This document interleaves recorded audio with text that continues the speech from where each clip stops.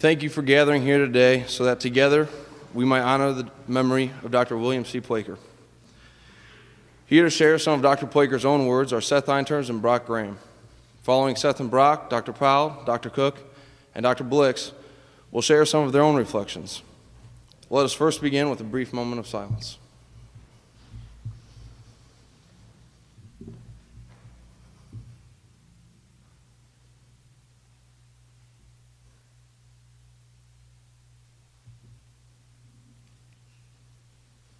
Thank you.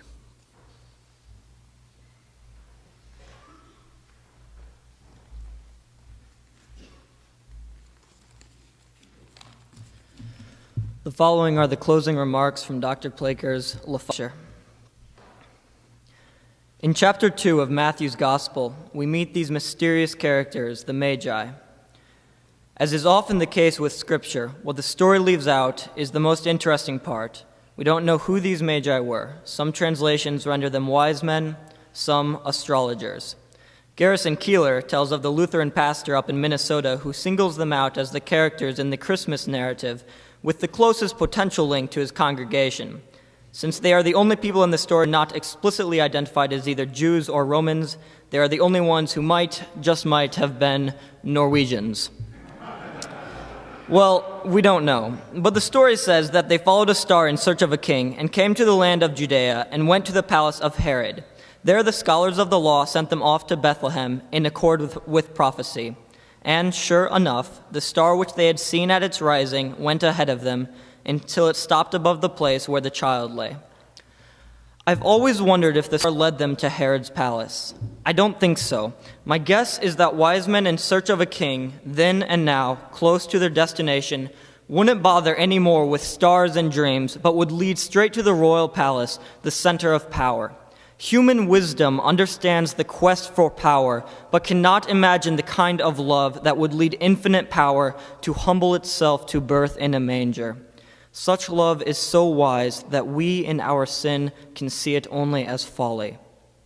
But even in a singularly corrupt court, the Magi found someone to read the scriptures to them, and so they resumed their journey and found the star again, and ended up at a stable, their proper destination. A cold coming we had of it, T.S. Eliot imagines one of them saying, years later, in old age, back in home. A cold coming we had of it, just the worst time of year for a journey, and such a long journey, the ways deep and the weather sharp, the very dead of winter, and the camels galled, sore-footed, refractory. At the end, we preferred to travel all night, sleeping in snatches, with the voices singing in our ears, saying that this was all folly. All this was a long time ago, I remember. We return to our places, these kingdoms, but no longer at ease here in the old dispensation. The academy and Christian theology do not have the same ultimate values. Sometimes our paths will diverge. The goals of even a good liberal arts college strike me as inevitably inadequate to the full meaning of human life, and many of you suspect that the goal I am seeking lies somewhere to the west of Never Never Land. You will find the likes of me uncertain allies, and we, for our part, must dwell in places such as this as pilgrims, strangers whose home lies finally elsewhere. Fair enough. Let's at least be honest about it. Still, we share some insights and some tasks which the world often dismisses as folly and delusion. We share in mistrusting much of what the world finds comfortable. We can make journeys together, join in resisting the voices that ridicule our common follies, and keep each other uneasy at the old dispensations.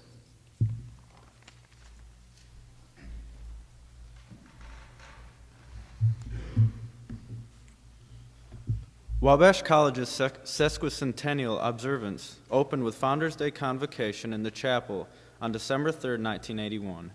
The principal speech by William C. Placher, professor of philosophy and religion, provided a keynote for the college celebration of its 150th anniversary. I'll be reading Dr. Placher's concluding remarks. In his old age, far in time and space from his brief sojourn in Crawfordsville, Ezra Pound wrote a poem railing against human vanity, a subject about which he knew a great deal. He denounced one kind of human ambition after another as sheerest vanity. But then, at the end, he wrote, "But to have done instead of not doing, this is not vanity. To have gathered from air a live tradition, or from a fine old eye the unconquered flame, this is not vanity. Here, error is all in the not done, all in the diffidence that faltered. I fear that Wabash might falter out of diffidence. We could easily rest satisfied with being a good little college admired around Indiana, content to trim the sails of our educational ideals to the pressures of the moment, assured that, after all, with an endowment the size of ours, we scarcely need to worry about survival. That shouldn't be good enough. 150 years ago, with one building in the midst of the forest and no money to speak of, Elihu Baldwin nevertheless declared, "Our purpose is never to rest while Wabash College should lack any advantages for the student, which are offered by the highest class of American colleges. With our resources, with the history that lies behind us, should we be willing to settle for less?" Robert Frost said once that he wrote his poems out of a lover's quarrel with the world. This speech, I suppose, has emerged from a lover's quarrel with Wabash. I hope you will think about some of the quarrels. I hope you sense the love too. I don't know about you, but it catches me at odd moments. Walking across this campus at night with a new fallen snow, I always fall in love with it all over again. Hearing students late at night talking about Plato or Wallace Stevens, or marginal utility curves, or organic chemistry, and it won't be on the test, but they've caught the virus of intellectual excitement. I realize we haven't failed altogether. Oh, we get too busy, all of us. We think we don't have time to think things through, to tell the people around us how much we care about them. That's nothing unique to Wabash. Returning after a year away, however, I realize that we do manage to be a family of sorts. We share our joys and sorrows. We tend our sick. We bury our dead. Sometimes it even takes a death to drive certain realizations home. One discovers that a life spent teaching at this college, even when cut short, doesn't seem a life wasted, but a good life. When it is the life of a good man, what higher tribute could one pay an institution than that? The Wabash spirit has always included a healthy dose of irony, and it is not in our style to declare that this small college will save the world, so I won't. But we live, for sure, in a world that needs saving. Bureaucratic jargon disguises moral issues and human pain. Experts retreat to the role of skilled technicians, unwilling to make judgments about values and leave the championing of public morality to bigots and extremists. Never have we needed more people of common sense and integrity, people who ought to be the products of a college like this one. A few such people can make a difference. It takes only one lawyer in a small town to help the unpopular defendant get a fair trial. It takes only one doctor, one scientist, and a research team to raise awkward questions about human values. It takes only one business executive, one union leader, one social worker to bring imagination to bear and find a new way of solving a problem. Only one journalist or public official to expose the public's business to full public scrutiny. Only one poet or artist to help us see the world around us all anew. It only takes a few truly educated people to make a difference. If in the years ahead some of those few are not graduates of Wabash College, we will have failed to be worthy of the tradition we inherit.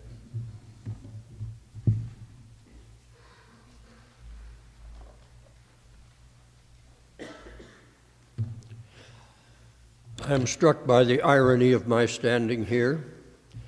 I had always assumed that Bill Placher would provide my memorial service. I never expected to speak at his. I first knew Bill Placher when he enrolled as a freshman in my Speech 1 class. Let me tell you, it was a very humbling experience for me. I remember his first speech, A, excellent. His second speech, A, excellent. His third speech, A, excellent. This began to trouble me. I was a teacher. I was supposed to improve, to make suggestions, advice. And here I was writing A, excellent, and turning his paper back. Then I got an idea. I know what I'll do. So I called Bill into the office, and I said, Bill, obviously you've been doing very well in this course, but your speeches have all been serious. I'd like you to take, on your next speech, try taking a light touch, just a bit of humor in the speech. And Bill thanked me and walked out. He came back the next day, the speech, and he announced his topic as the lawnmower as a symbol of class in suburbia. And for the next 5 minutes, he utterly delighted us with a speech about how the lawnmower, whether it's push or self-propelled or sit-upon, was the symbol of class and prestige in suburban America. At that point, I gave up.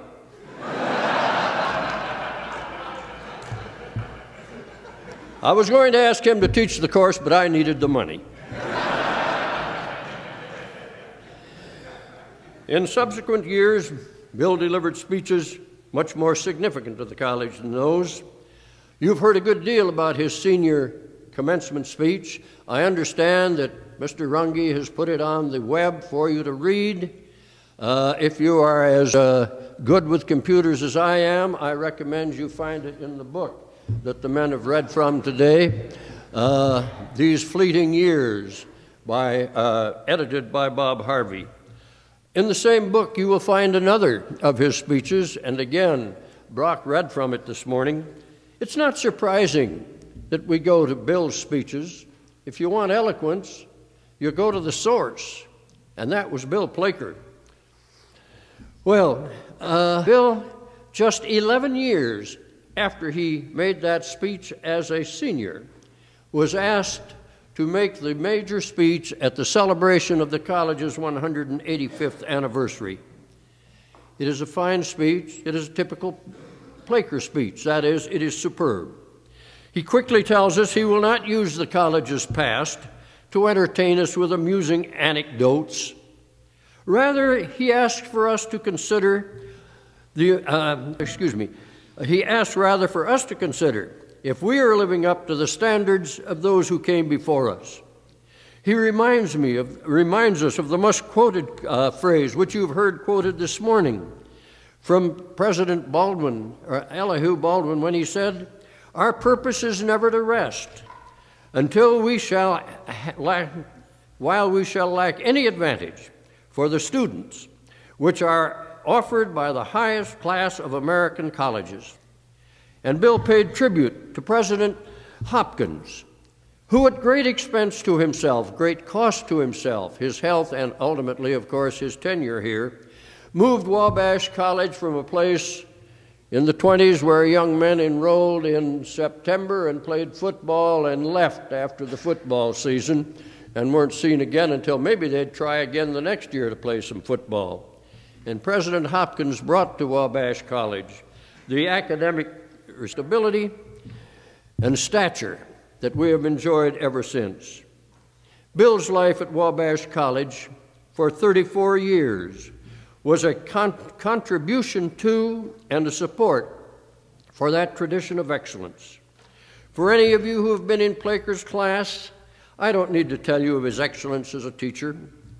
I don't know how many freshmen I have told over the years, don't leave Wabash College without taking a class from Bill Placher. I told one in the current freshman class that. Sadly, I can never say it again. He was also a thoughtful and persuasive voice in faculty matters. I remember once going to President Salter and asking to have Bill put on a committee that I was on.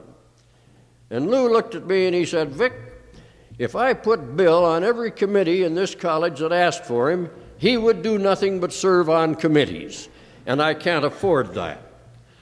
Bill's scholarship is well known, 13 books written or edited, but he was no cloistered scholar. He was a visible part of this community. At athletic events, glee club concerts, at plays, any place where Wabash students were involved, Bill was likely to be there. Teacher, scholar, part of this community, Bill knew the role he wanted, and he was not to be detoured from it. I remember when Lou Salter needed to find an academic dean, and he flew to California to try and persuade Bill Placher to take the job. I don't know what Bill was doing in California, but I suppose responding to one of the many invitations he had to go to other campuses. I always worried that they would seduce him and he wouldn't get back, but he always came back, fortunately for us. But Lou's trip was in vain. Whatever appeal there be in being dean, it was not likely to seduce Bill from his chosen path of teaching and scholarship. I want to conclude with another quotation from Bill's speech for the college's 150th anniversary. This is a repetition, but I cannot leave it out.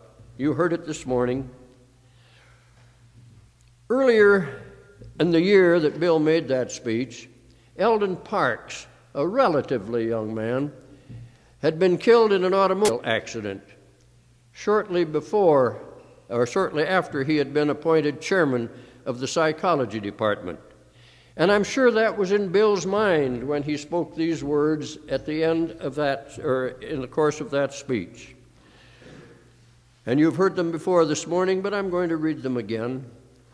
Returning after a year away, I realized that we do manage to be a family of sorts. We share our joys, our sorrows. We tend our sick. We bury our dead. Sometimes it even takes a death to drive certain realizations home. One discovers that a life spent teaching at this college, even when cut short, doesn't seem a wasted, but a good life. When it is the life of a good man, what higher tribute could one pay to an institution than that?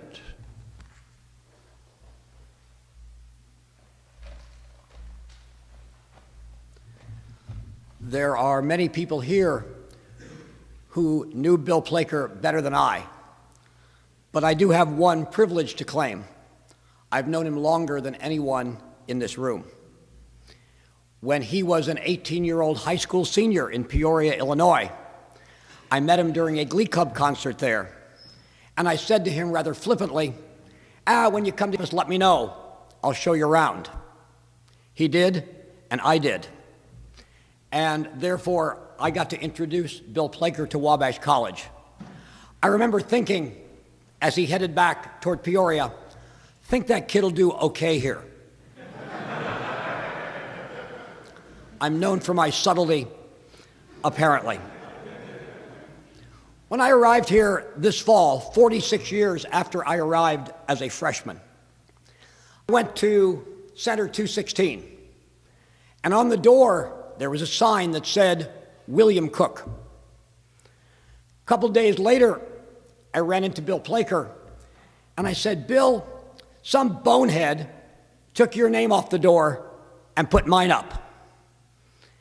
And with that gleam and cackle of Bill Placher's, he said, that bonehead was me. I wanted to make sure that you were welcome and that you knew that for this year, this was your office. And sure enough, a couple weeks later, buried way deep in a drawer, I found the sign he had taken down. That's the kind of man Bill Placher was. I also learned another thing about Bill Placher within days of being here. As I furiously introduced myself to people, I said things like, hi, I'm Bill Cook. I'm Bill Placher's replacement. That was not a good line. I got the look that said, yeah, right. And I got the look that said, what is the matter with you?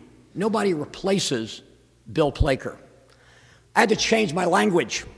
I had to say, I'm Bill Placher's sub, and find other ways to explain what I was doing here in what was then and is now almost sacred ground around Center 216. I am sure that when Bill left Yale to come here, his alma mater, to teach, he was given a lot of advice, the same advice that young faculty get today from their graduate professors.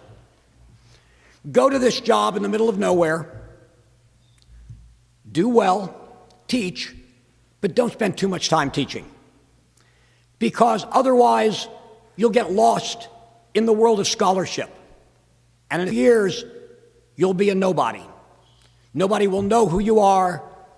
You will lose out in the great game of academe. And that is a siren song that professors continue to hear unto this day. Bill Placher was the living example of why that is indeed a siren song. Because Bill Placher came and he taught in a way that was quite remarkable. I've never found anybody who said that, well, gee, I wanted to talk to Bill Placher, but he said he had some sort of deadline. Or, well, it was 4 o'clock and he said it was time to go home and come back another time. Or, I'll make it on last year's notes because I've got something else to do tonight in preparing for my class. Bill Placher had the number one quality of a great teacher, generosity. Men of Wabash, he loved you. Were indeed his families. As you know, he did not marry, he had no children, no brothers and sisters. You gentlemen are, and I could say that to a generation and a half of Wabash men, Bill Placher's family. And he loved you in all the ways that you understand what it means to be loved by family. Bill Placher had time and kindness for everyone. And in the way he taught and lived his life at Wabash, oh, did I mention the 13 books he wrote? He showed to every Wabash faculty member, including some who are his elders, that being generous and fully committed as a teacher at Wabash College was not inconsistent with the highest standard of scholarship. I have no doubt that Bill Placher could have gone to famous research institutions, had graduate students teach his freshmen, have graduate students read his paper. But that's unimaginable. That's not the Bill Placher you know, I know, everyone in this room knows. He was a teacher, and he made every teacher at Wabash better because he showed the possibilities and the variety of ways in which one is a good teacher. Now, I got to tell you, Bill Placher got a pretty good start in his academic life. He went to Wabash College.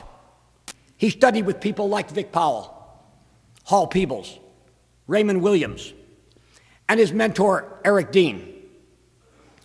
And from them, he learned, and from his classmates, he learned the best of the Wabash tradition. And he did what anybody should do with the tradition that he inherits. He made it better. He took it the next step. Bill Placher made Wabash a better place. He enriched Wabash tradition. His mentor, Eric Dean, is buried in the Crawfordsville Cemetery. And on his tomb it says, Wabash teacher.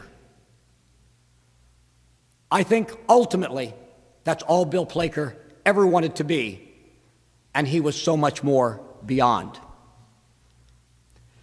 The 1970 Bill Placher commencement address is sort of like the 1954 Milan-Muncie Central game. About 1.5 million people claim to have heard it in person. However, I really did. I was back to see some friends graduate. Let me read you the last 4 lines of that speech, given just weeks after the United States invaded Cambodia and 4 students were killed at Kent State. He said this, "But perhaps we'll learn that there are more things to admire in men than to despise. Perhaps, knowing it will never be enough to change the world, we will act more honorably than we expected we would. Perhaps we'll have a lot of fun along the way. It wouldn't be a bad life. Bill, you didn't live a bad life."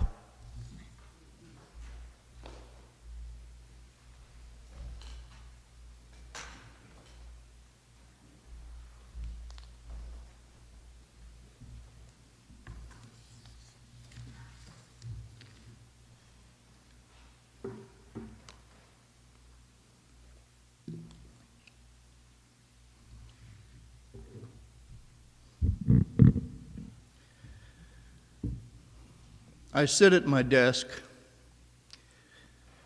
and I look out the window, and I see the flag at half-mast. I see the red and the white and a bit of the blue against gray trees in the late afternoon.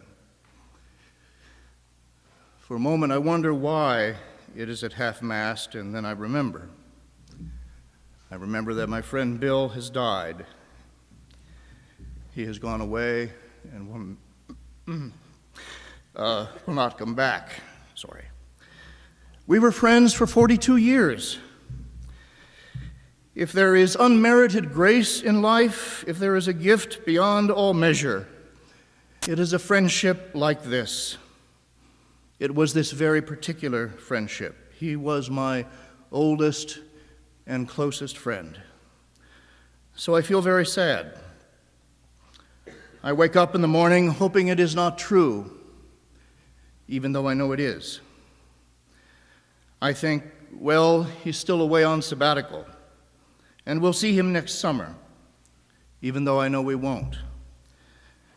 I imagine going to the Iron Gate for a late dinner on Friday evening, where I will find him in the bar, sipping scotch from that special supply of Lefroy that they kept just for him, even though I know it will not be so. So I feel sad. But I also have memories. There is, of course, the story of how we met. I like this story, and I have told it from this platform before. I hope you indulge me if I tell it again. This took place in our freshman year. In the late 1960s, the college had instituted a new honors course called Freshman Humanities. In retrospect, it turned out to be a precursor of what later became freshman tutorials. Anyway, we were assigned a book to read before we came to the first class. As I recall, it was a book by the French philosopher Jean-Paul Sartre called Existentialism and Human Emotions. From my vantage point now, as a college teacher, I probably would not recommend it as a first book for a college freshman to read. It was appallingly difficult. Anyway, I recall sitting in the Lilly Library reading it just before classes started. Where the computers are now located off to your right as you come in was a lounge area. That's where I was sitting. I was struggling with it. I glanced up, and there across the way, sitting in another chair, was another student with the same book. Aha, I thought, a fellow sufferer. At about the same moment he saw me, he got up out of his chair and came over. He smiled and said, "Isn't this the stupidest thing you've ever read in your life?"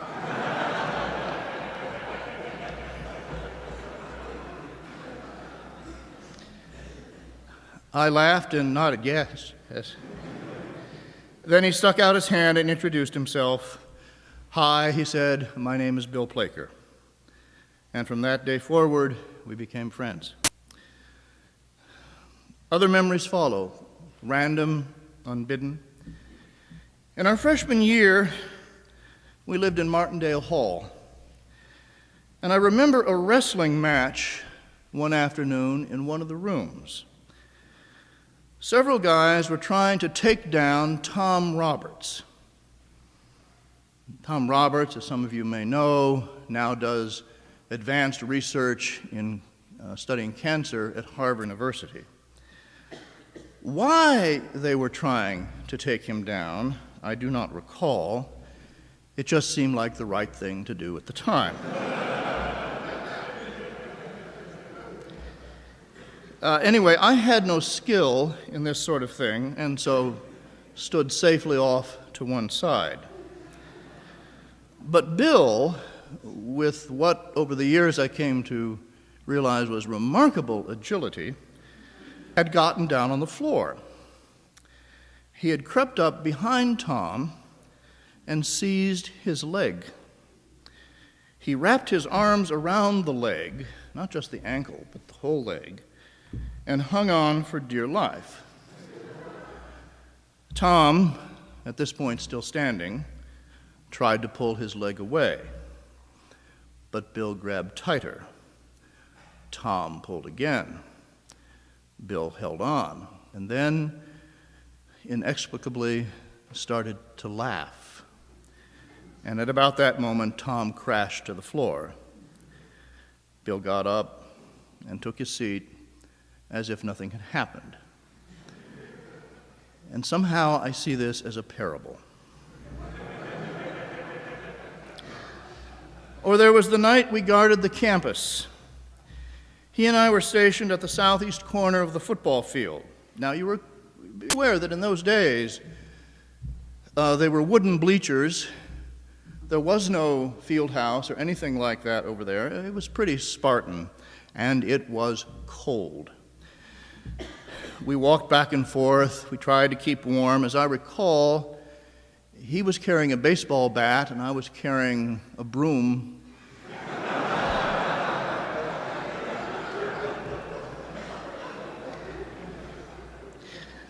I don't know what we thought we were going to do with these, but some kind of weaponry seemed appropriate. So we talked, and as I recall, at one point, Bill, out of the blue, asked me if I knew the song about the lady who swallowed the spider. I said, no. And then he started to sing it. He said, there was an old lady who swallowed a spider. It wiggled and jiggled and tickled inside her. And then went on for about 10 nonsense verses. She swallowed the spider, she swallowed the cat that swallowed the spider, swallowed the horse that swallowed the cat that swallowed the spider, so forth and so on. It was a nice way to pass the evening. I fast forward to our senior year, when we lived in Wolcott. It was the spring, and I recall walking into his room one afternoon where he sat working on the commencement address. We were all very excited that he had been asked to give the address. And I asked him, hey, could I see it? And he said, well...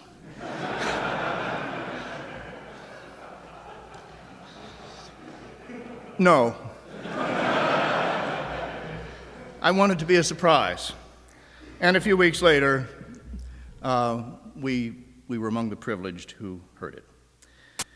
After we graduated, we went our separate ways, he to Yale, I to Chicago.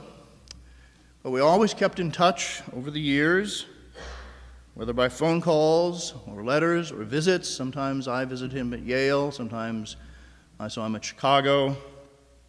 After he came back here, there were a couple of visits. And eventually we became colleagues here at Wabash. Other memories, the pleasures of hearing him preach, the joy of reading his books when they came out. I always bought them at once. And